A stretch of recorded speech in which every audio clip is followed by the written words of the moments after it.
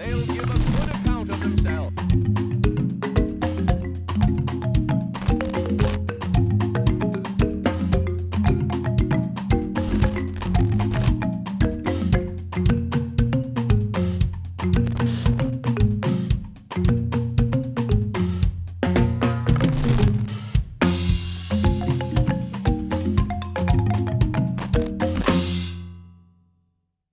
Bienvenidos al nuevo programa de Tiempos Cimarrones.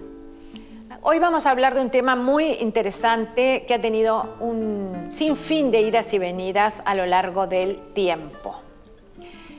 Nos estamos refiriendo a el lugar donde nació José Artigas y también, de la mano de esa pregunta, a la casa natal de José Artigas. Estas idas y venidas históricas abarcaron por lo menos 135 años de nuestra historiografía y mantuvieron ocupados a muchos cronistas de variado signo, como por ejemplo nuestro venerable Isidoro de María, pero no solo a él, sino a muchos otros. Y básicamente tengo a mis espaldas una pintura de la que les quiero hablar porque tiene mucha relación con este tema. Y es la pintura de la artista francesa Léonie Matisse, que vivió de 1883 a 1952, que recorrió buena parte de América Latina y plasmó en sus pinturas diversos, digamos, rasgos y pinceladas históricas.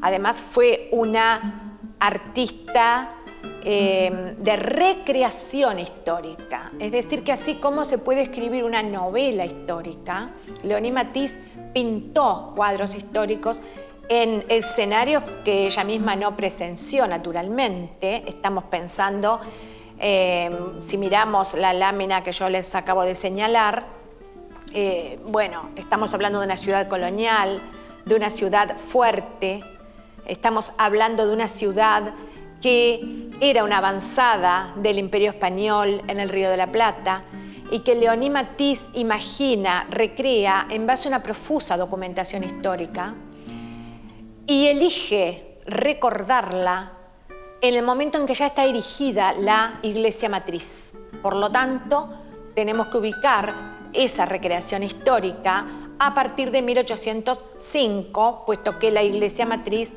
en su forma actual, más o menos, se conserva desde 1805, en que pasó a ser la catedral de nuestra ciudad. Ahora bien, nosotros cuando pensamos en la ciudad fuerte de Montevideo, cuando pensamos en los pobladores de aquella lejana colonia, cuando pensamos en nuestros próceres, más que nada en José Artigas, nos podemos hacer la pregunta, ¿dónde nació? Hoy la historiografía es conteste en que en realidad José Artigas habría nacido en Montevideo, pero como les dije, eso nos llevó unos 135 años de idas y venidas de cronistas, de periodistas y de historiadores, porque tardíamente se vino a descubrir su partida de bautismo. La partida de bautismo labrada en la catedral, en ese momento de la iglesia de Montevideo, es del 21 de junio de 1764. Por lo tanto, a 2 días del nacimiento de un niño. Y cuesta creer que un niño recién nacido, es decir, con 2 días de vida, haya sido trasladado en pleno invierno desde una localidad que la mayor parte de los historiadores ubicaban en el Sauce, hacia Montevideo. El clima lo desaconsejaba, la edad del niño lo desaconsejaba, las circunstancias del transporte, de las comunicaciones, de los medios de transporte en general lo desaconsejaban. Sin embargo, la pregunta quedó planteada durante mucho tiempo. Al principio, porque vamos a decir que la partida de bautismo de Artigas fue, digamos, descubierta en el año 1884. Y cuando decimos año 1884 tenemos que hacer un alto. ¿Por qué? Porque se trata de un año en buena medida paradigmático del punto de vista de la construcción de Artigas como héroe nacional. Y un año polémico, dado que además estamos hablando del militarismo. Desde 1882 gobernaba Máximo Santos y en el año 84 se produce una verdadera ola de ceremonias, acontecimientos, publicaciones, declaraciones en torno a la construcción, como dije, de Artigas en tanto prócer. Quiero decir también anecdóticamente que en enero de ese año 84 también se produjo otra ola, que no fue histórica, sino que fue auténtica. Una verdadera ola que hoy llamamos tsunami. Llegó a las costas de Montevideo, a la altura de la Escollera Sur, e inundó buena parte de la ciudad y provocó la muerte por ahogamiento de varios pobladores. Pero eso es otra historia. Volviendo entonces a nuestro año 1884, es entonces cuando se comienza esta saga de preguntas acerca de dónde habría sido el lugar de nacimiento de José Artigas. Aunque se contaba, como dije, con la partida de bautismo, pero no es lo mismo nacer en un lugar que ser bautizado en él. Quería la historiografía, quería el periodismo, quería la crónica de varias maneras que Artigas hubiera nacido en el Sauce. Vaya a saber por qué motivo. Esto va a llevar mucho tiempo de investigaciones históricas. Las cosas que hoy sabemos o las cosas que hoy nos hemos preguntado y respondido a medias, en aquel momento recién empezaban a ser indicios. Se sabía que los Artigas habían tenido una propiedad en el Sauce, la famosa estanzuela, porque era pequeña, del Sauce Solo, pero no se sabía exactamente entre qué fechas había estado allí el padre, Martín Artigas, acompañado de su esposa, la madre de Artigas, Francisca Antonia Aznar. Y en realidad era una buena pregunta, porque la estanzuela del Sauce Solo no le había sido adjudicada a ningún Artigas. Esa estanzuela era propiedad de los abuelos maternos, que eran Felipe Pascual Aznar y María Camejo. No le habían tampoco concedido demasiada importancia, al punto de que tenía dos construcciones bastante míseras por la época en que podemos hoy en día ubicar la actividad, digamos, agrícola que podía desarrollarse en esa estanzuela. Estamos hablando de fines del siglo XVIII. Y Felipe Pascual y su mujer no le habían dado demasiada importancia a esa propiedad, y lo que tenían ahí era un tambo y posteriormente una elaboración industrial muy incipiente de velas a cargo de esclavos. Los vecinos se reían de estas actividades, digamos, lecheras de los Pascual, y decían que allá iba doña María Camejo a ocuparse de su rodeo de tamberas. Por supuesto, esto dio el paso a la elaboración de quesos, que tal vez haya sido la actividad más importante del lugar. Pero va a ser recién, una vez fallecidos los abuelos maternos, estamos hablando después de 1774, cuando Martín y su mujer se hacen cargo del Sauce Solo. Por lo tanto, Artigas era un niño ya en ese momento de 10 u 11 años. Y si pensamos que fue bautizado en Montevideo el 21 de junio de 1764, año de su nacimiento, ¿quién puede pensar que ella, la madre, iba a parir a ese niño en un rancho desvencijado que no se dedicaba prácticamente a casa-habitación, sino a tambo y quesería? Por eso digo que la historia tiene sus bemoles, la historia tiene sus senderos, la historia tiene sus vericuetos. Y vamos a ver qué pasará a continuación con estos datos históricos de los que estamos hablando.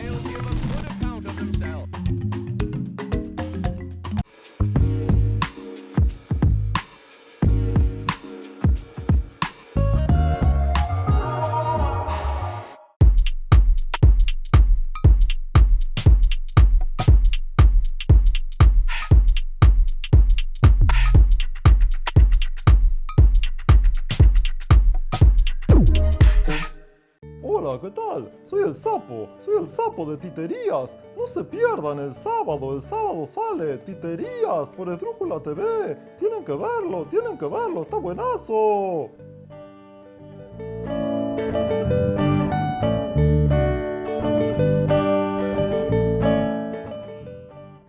Vuelen a cedro sus manos. Carpintería en maderas Herc.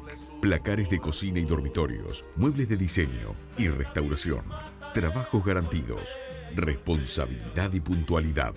Comuníquese al 095-465-880. Carpintero.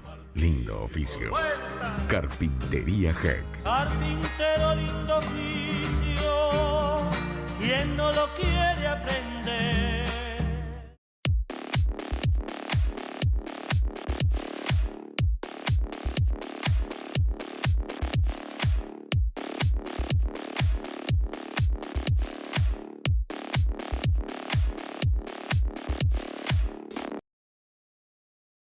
Este viernes y todos los viernes acompañanos en Legítima Defensa, un programa que llegó para mostrarte otra cara de la realidad, algo que no vas a ver en los canales de la televisión convencional.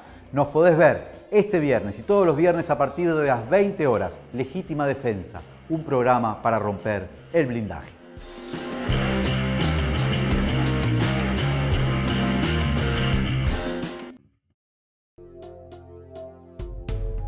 Existir Sociedad Anónima es el único importador oficial de repuestos Jack.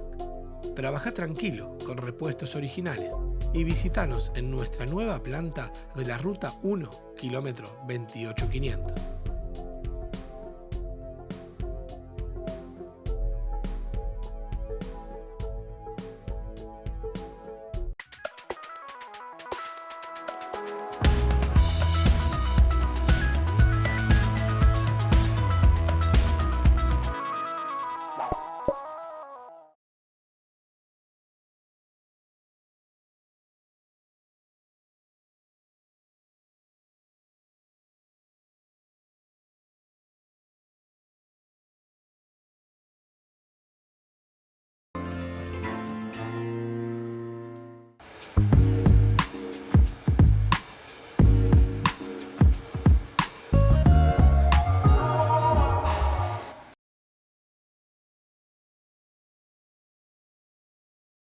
They'll give a good account of themselves.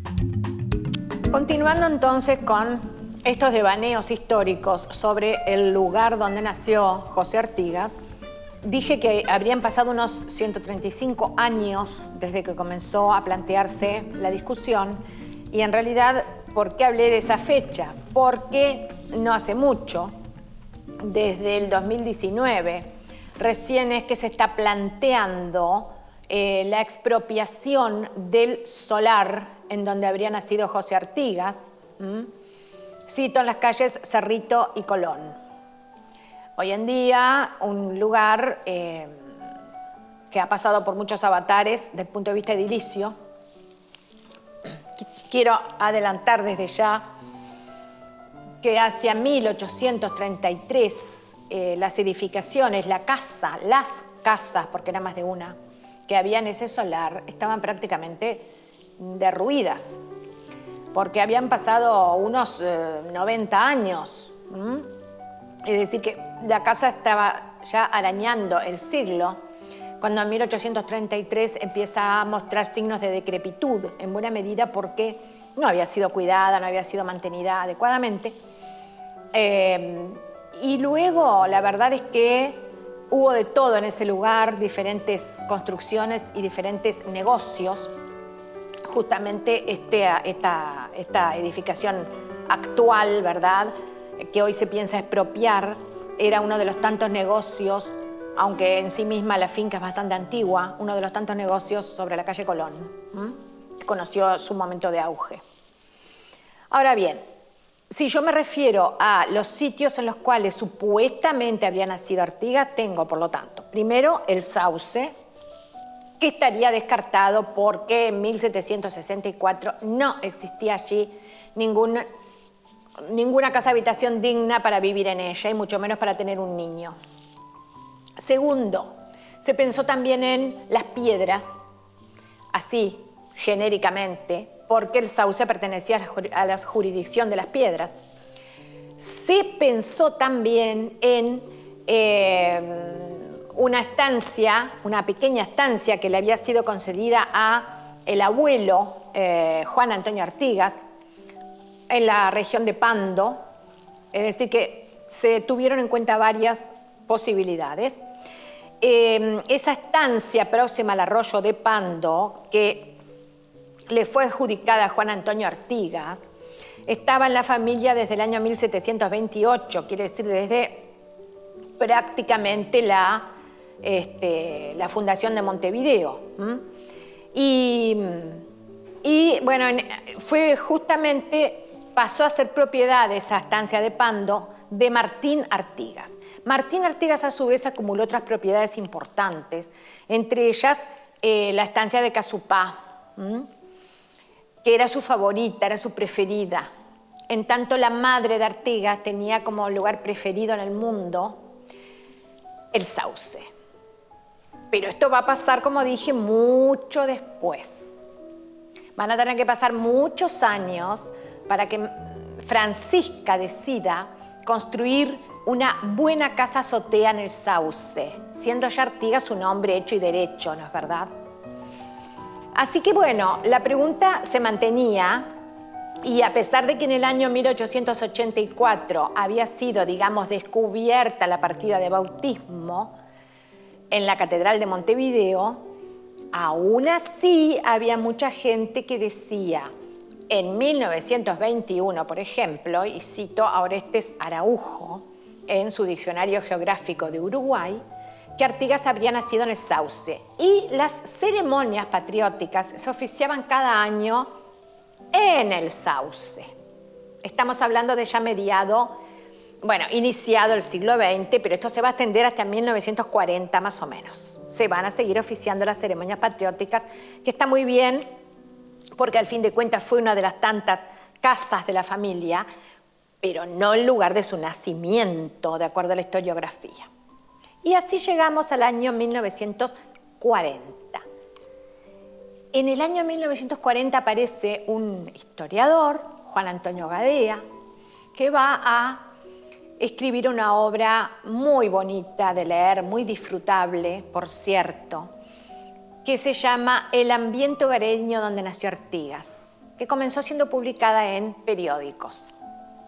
Y bueno, a esta altura tenemos que hacer una reflexión adicional de esas reflexiones que a mí tanto me gusta hacer en historia, sobre justamente la construcción del personaje. Si pensamos que la construcción del personaje de José Artigas como prócer comenzó más o menos a mediados del siglo XIX, bastante antes de ese año 1884, y se consolidó a fines del siglo XIX precisamente, en realidad no estamos hablando solo de un hombre de carne y hueso, estamos hablando de una construcción simbólica, a esa construcción simbólica llamada José Artigas, le hemos ido añadiendo y le seguimos añadiendo muchos atributos, muchos signos, muchas interpretaciones, tantas como intérpretes puedan existir.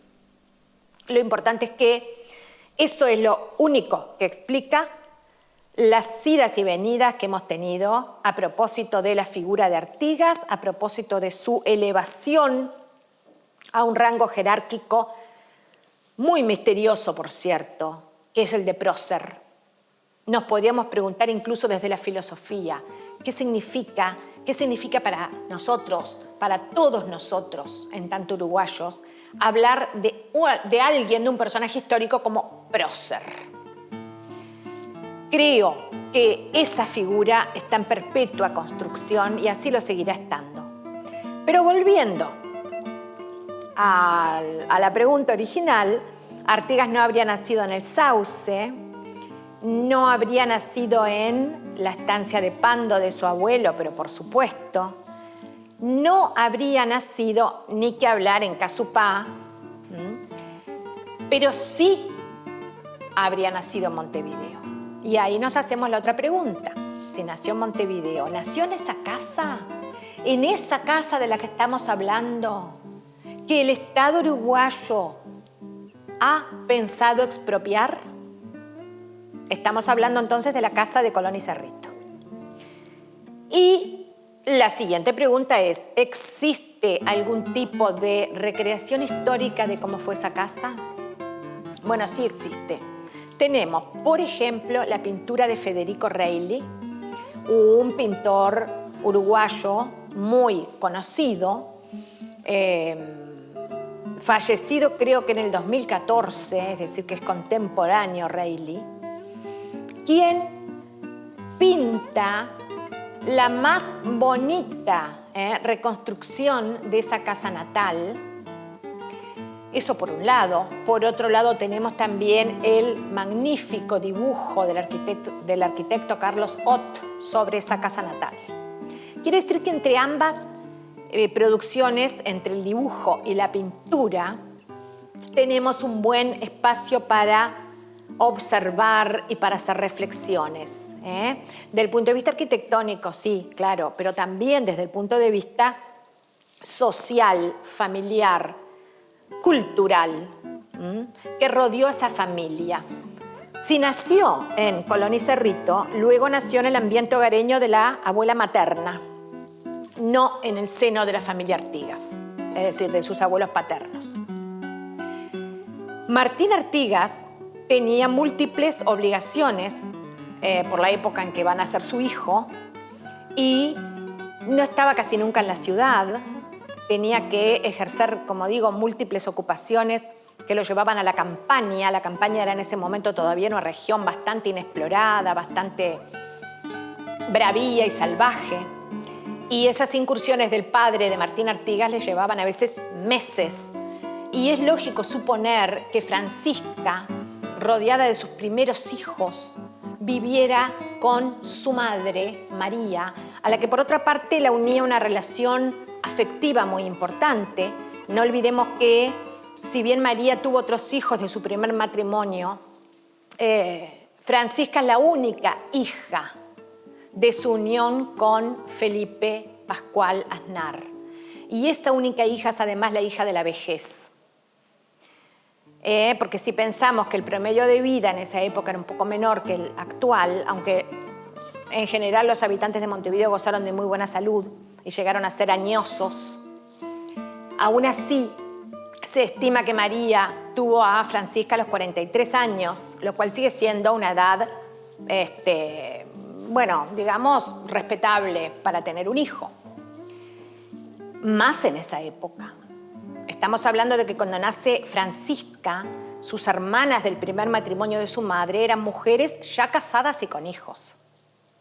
Entonces, como digo, esa relación afectuosa, esa relación cómplice, esa relación que por otra parte sabemos que existió entre María y su madre, Francisca y su madre, porque se desprende del testamento de María y se desprende de las cláusulas especiales de ese testamento en donde deja a su hija todos sus bienes y además le deja en custodia muchas monedas de oro. Todo eso nos está mostrando que es muy probable que se decidiera desde tempranamente, yo creo que desde que se casó Francisca, que pasara a vivir con los padres. El matrimonio, pasara a vivir con los padres. Fueron naciendo los hijos, pero antes me quiero referir a esa casa. Esa casa era una típica casa colonial, modesta, muy acorde a la índole de los pobladores de Montevideo, que no pertenecían a ninguna rancia nobleza hispana, sino que a lo sumo gozaban del título de hijos dalgo, que les había sido otorgado por el rey como estímulo para venir a poblar la ciudad de Montevideo.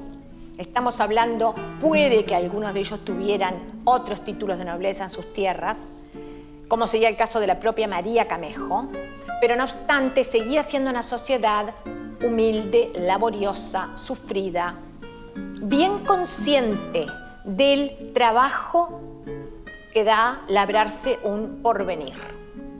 Y en ese sentido estamos hablando de una casa de piedra, muy bien hecha, muy sólida, con techo de teja muslera, así llamado porque se fabricaba la teja sobre el muslo del artesano, tenía, según investigaciones de Juan Gadea, que constan además en archivos, 5.000 tejas. Y tenía además 3 habitaciones en hilera, lo cual es típico de las construcciones de la época y todavía se puede ver alguna de ellas, no exactamente igual, pero muy similar, en Colonia del Sacramento. Se pueden ver todavía construcciones muy antiguas en Colonia del Sacramento, en las cuales sobresale, por supuesto, la piedra como principal protagonista. Lo mismo que sobresaldría la piedra en esta casa natal de José Artigas. Entonces, tenemos 2 grandes habitaciones, una de ellas dormitorio seguramente, otra sala, cada una con un escalón para descender a la calle. Tenemos una vista maravillosa del Cerro de Montevideo, pero también tenemos seguramente los embates de los vientos del sur, porque la bahía en ese momento estaba muy desprotegida. Y si hoy en día nos pasa de vernos sacudidos por ráfagas de viento cuando caminamos por la ciudad vieja, pensemos lo que sería en esa época. Esa era la casa en que seguramente nació José Artigas. Y me quiero referir además en este tren de complicidades familiares y de apegos familiares al llamado Rancho de los Viejos. El Rancho de los Viejos era una construcción de la que sí tenemos muchos más datos sobre sus materiales, sus costos inclusive, el tiempo que llevó a hacer ese Rancho de los Viejos. ¿Por qué? Porque en determinado momento es lógico pensar que esa casa de 2 habitaciones básicas en hilera y una tercera más, les tenía que quedar exigua, les tenía que quedar insufrible a 2 matrimonios, el de los abuelos y el de los padres de Artigas. Venían llegando, como dije, los niños. Así que en determinado momento, María, que era una mujer muy enérgica y de tomar decisiones, decide dejarle toda la casa a su hija y a la familia de su hija. La cocina obviamente estaba afuera, como era tradición, estaba fuera de la casa. Pero María dice, no, le dice a su yerno, a Martín, quiero que tú me hagas una casa buena de piedra a los fondos de esta, en donde viviremos mi marido y yo. Y esa casa que se hizo con mucha prontitud y muy bien hecha, y de la que nos constan los archivos, se llamó el Rancho de los Viejos, cariñosamente.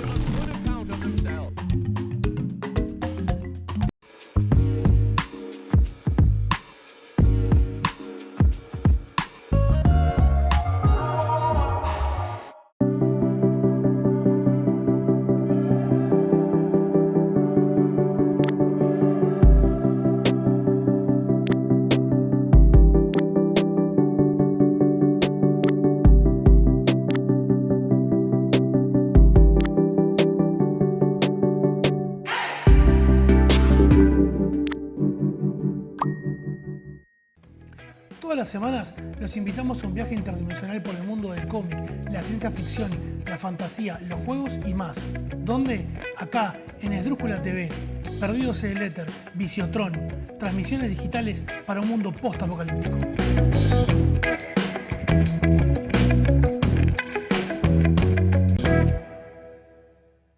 Vuelen acero sus manos. Carpintería en maderas Herc. Placares de cocina y dormitorios, muebles de diseño y restauración. Trabajos garantidos, responsabilidad y puntualidad. Comuníquese al 095-465-880. Carpintero, lindo oficio.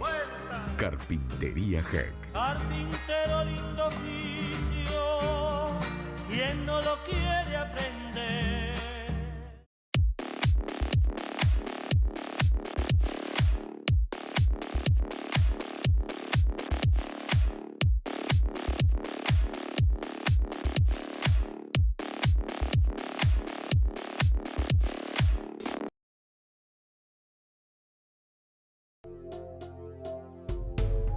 Existir Sociedad Anónima es el único importador oficial de repuestos Jack. Trabaja tranquilo con repuestos originales y visítanos en nuestra nueva planta de la Ruta 1, kilómetro 28500.